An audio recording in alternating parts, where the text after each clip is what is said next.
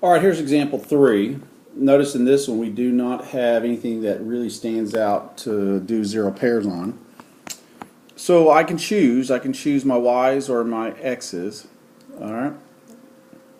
I like the idea that my y's are both positive and negative, but also like the idea that my x's are 5 and 2, and I can multiply the reciprocal. Multiply their multiply 2 and 5 to that as well. All right. Now there is a shortcut. I could multiply 2.5 to the second equation, but I'd have to multiply 2.5 to everything, okay, and it would have to be a negative. However, I'm not teaching that. I'm teaching you what would you do if you couldn't do this. So this is just this is the way I'm doing it. All right, so I'm going to multiply. I'm going to get my zero pair to be my x's, and I want 10x. I want this to be my zero pair. So I'm going to look at the first equation, and what do I multiply to 5x to make it 10x? I'm going to multiply 2 to it. And what am I going to multiply to the bottom to make it a negative 5x? Negative 10x. I'm multiplying negative 5 to it.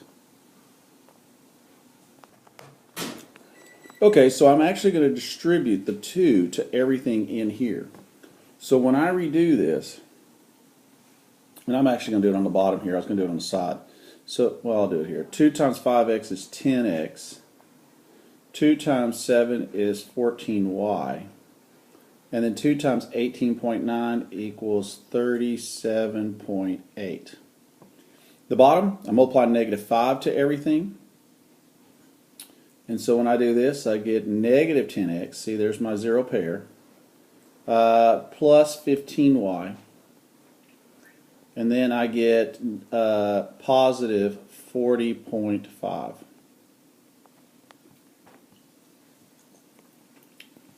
Alright, so this becomes a zero pair. And so I'm going to do my math. 14y plus 15y is 29y. 37.8 and 40.5 is 78.3. Now I'm going to divide both sides by 29. And so my y, these are going to cancel out. Y is going to equal, looks like 2.7. Alright, now I'm going to take 2.7 and plug it back in. And I'm going to take the bottom one. I'm going to say 2x minus 3y equals a negative 8.1. And so for a y, I'm going to put in a 2.7.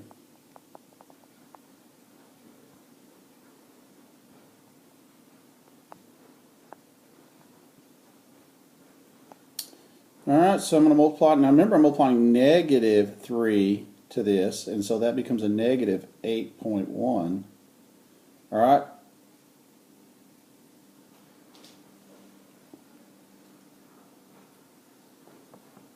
This is, I forgot the negative on that one too. And this is a negative 8.1. Alright, so I'm going to add 8.1 to both sides.